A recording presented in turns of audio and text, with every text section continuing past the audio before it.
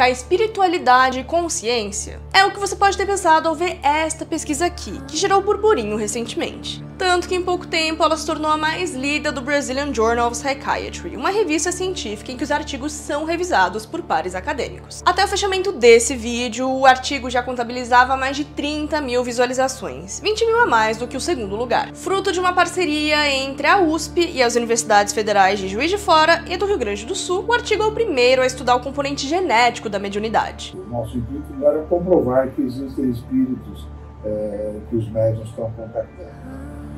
Nosso estudo era para ver se as pessoas que se declaram médiuns têm alguma característica genética que possa contribuir para isso.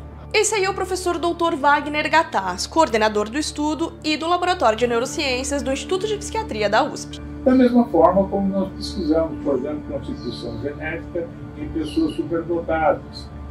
Pesquisamos a constituição genética em pessoas que têm transtornos de ansiedade. Para investigar a hipótese de uma característica genética ligada à mediunidade, foi feita uma seleção criteriosa a partir da indicação de uma rede de colaboradores presentes em mais de 10 estados de todo o Brasil. Esses colaboradores, de modo geral, eram médicos ou pessoas com uma formação acadêmica e que tinham contato com grupos religiosos que fomentam a mediunidade, especialmente o espiritismo e umbanda. Quem explica é o Dr. Alexander Moreira Almeida, coautor do estudo e diretor do Núcleo de Pesquisas em Espiritualidade e Saúde da Universidade Federal de Juiz de Fora. E aí nós solicitamos, então, o contato, que eles identificassem aqueles médiuns que eram considerados no meio como os médiuns mais hábeis, mais capazes, com maior capacidade e maior potencial mediúnico. Eles tinham que ter, no mínimo, 10 anos de prática contínua da mediunidade, não poderiam ter ganhos materiais ou financeiros com essa prática mediúnica, e também que eles identificassem que eles poderiam produzir informações anômalas. São consideradas informações anômalas aquelas que não podem ser obtidas por meios convencionais. É o caso, por exemplo, de dados contidos em cartas psicografadas a partir de relatos de pessoas mortas.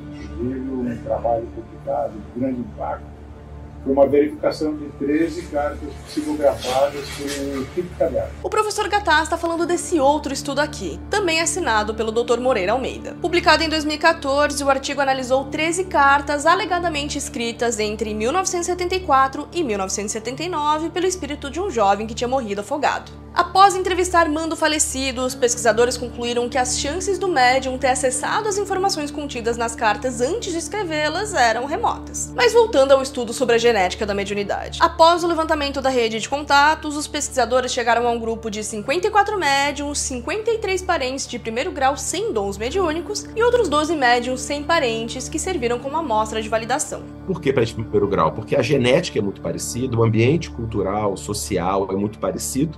A gente queria realmente o máximo de similitude com a diferença de um ser médium e outro não. Depois de coletar a saliva desses voluntários, os pesquisadores compararam o genoma deles e descobriram nos médiums um grande número de genes alterados que não estavam presentes nos não médiums. E principalmente 33 genes, isso que me chamou muito a atenção, que estavam presentes em pelo menos um terço dos médiums, mas não estavam presentes em nenhum dos controles. Um caso curioso é o de trigêmeos, em que apenas 2 deles eram univitelinos, os chamados gêmeos idênticos. Esses 2 tinham mediunidade, o terceiro não. Nesses 2 nós encontramos também essa constelação de gêmeos, dentro desses 33, não estava presente no terceiro irmão, que não era gêmeo. A maioria dos genes tem uma função ligada ao sistema imunológico, ou a parte cutânea de muco, ou seja, genes ligados ao nosso contato com o ambiente, com o mundo externo. E os médicos referem estarem também no outro tipo de percepção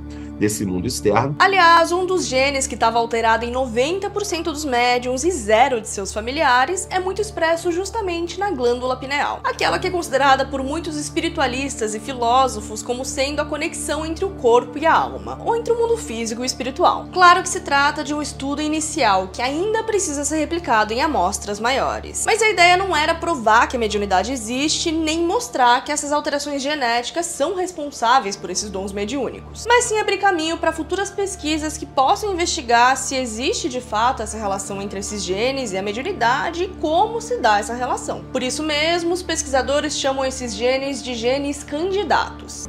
Então nós encontramos esses genes candidatos e abre as portas, então, para uma pesquisa científica da mediunidade. Ainda assim, muita gente recebeu os resultados com várias pedras na mão. Mais menos do que no início da trajetória do Dr. Moreira Almeida, que acaba de se tornar o primeiro latino-americano a conquistar o Oscar Pfister, um prêmio que homenageia profissionais que fizeram contribuições significativas ao estudo da intersecção entre religião e psiquiatria. Quando te apresentava em congressos, às vezes se criticava o Congresso por ter autorizado apresentar um tipo de trabalho nessa área. Os próprios pareceristas de revistas tinham, às vezes, atitude muito mais hostil em relação a isso. Nos congressos, quando falávamos, às vezes o público levantava questões muito hostis. A mediunidade sempre foi tida por algumas pessoas, alguns cientistas, com muito ceticismo, não é? Ou então foi sempre declarada como doença mental.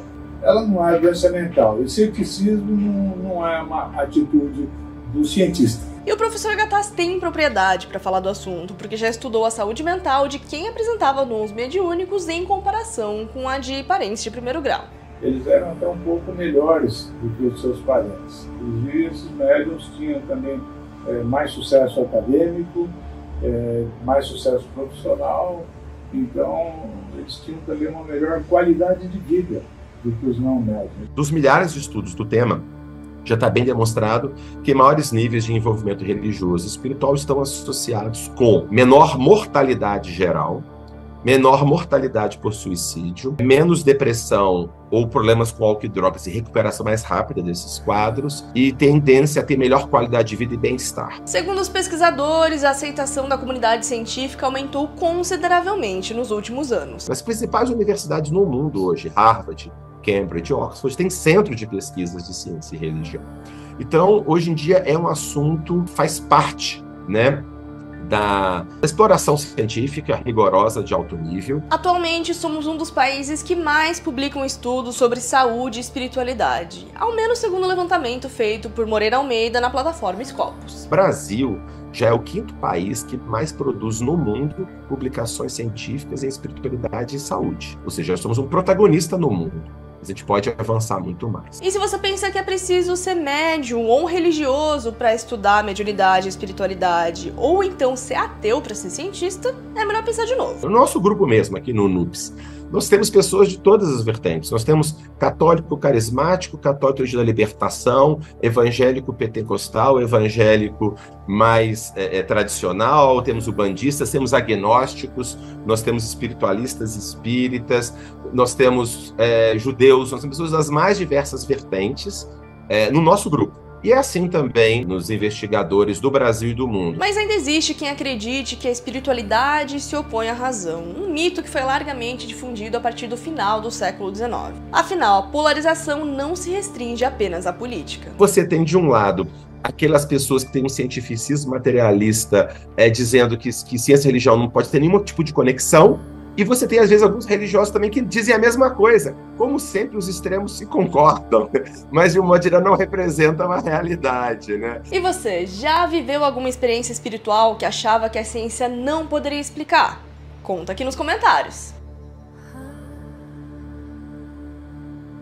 Você escutou o vídeo É Possível Explicar Espiritualidade com Ciência? Disponibilizado a público pelo canal DW Brasil, a rede internacional de notícias da Alemanha no Brasil, que tratam sobre assuntos diversos recorrentes no mundo. Esse vídeo foi publicado no dia 18 de março de 2025 no canal da DW Brasil no YouTube. Muito bom ver o avanço científico para o lado da espiritualidade, e isso nos mostra que em breve teremos mais informações vindo à tona acerca desse tema tão amplo e complexo da mediunidade e também de mais verdades que hoje são segredos envolvendo o mundo espiritual que nos congrega. Sobre o melhor estado psíquico de médiuns ao que se refere à saúde mental que os irmãos cientistas pontuam no vídeo, minha experiência pessoal me mostrou que antes de melhorar, pode piorar um pouco. Isso porque até nós, médiuns, aprendermos a lidar com a mediunidade aflorada, tudo pode ficar muito confuso e nublar os caminhos de nossa vida material. Assim como tudo na vida, o tempo, a experiência e o amadurecimento psíquico na jornada mediúnica mediúnica e de autoconhecimento são necessários para alinhar a saúde mental, emocional e espiritual dos portais mediúnicos que estão entre nós. Deixo aqui também a minha opinião de que, por sermos todos espíritos, todos em maior ou menor grau possuem mediunidade, que seria essa capacidade de contato extrafísico com os mundos sutis. Com treino, disciplina e trabalho de autoconhecimento, que envolve a desintoxicação da mente e do corpo emocional, essa mediunidade pode ser aflorada. Hoje, existem ferramentas disponíveis que ajudam no processo de sutilização dos corpos, como a terapia Reiki, a yoga, a meditação, a acupuntura, o contato constante com a natureza e a medicina ancestral sagrada dos povos indígenas ayahuasca. No caso dessa medicina, é importante o preenchimento da ficha de anamnese para ver se o candidato está apto para a comungação. Eu sou seu radialista Aroni e vocês estão sintonizados com a Rádio Andrômeda. Na Marie, câmbio, desligo.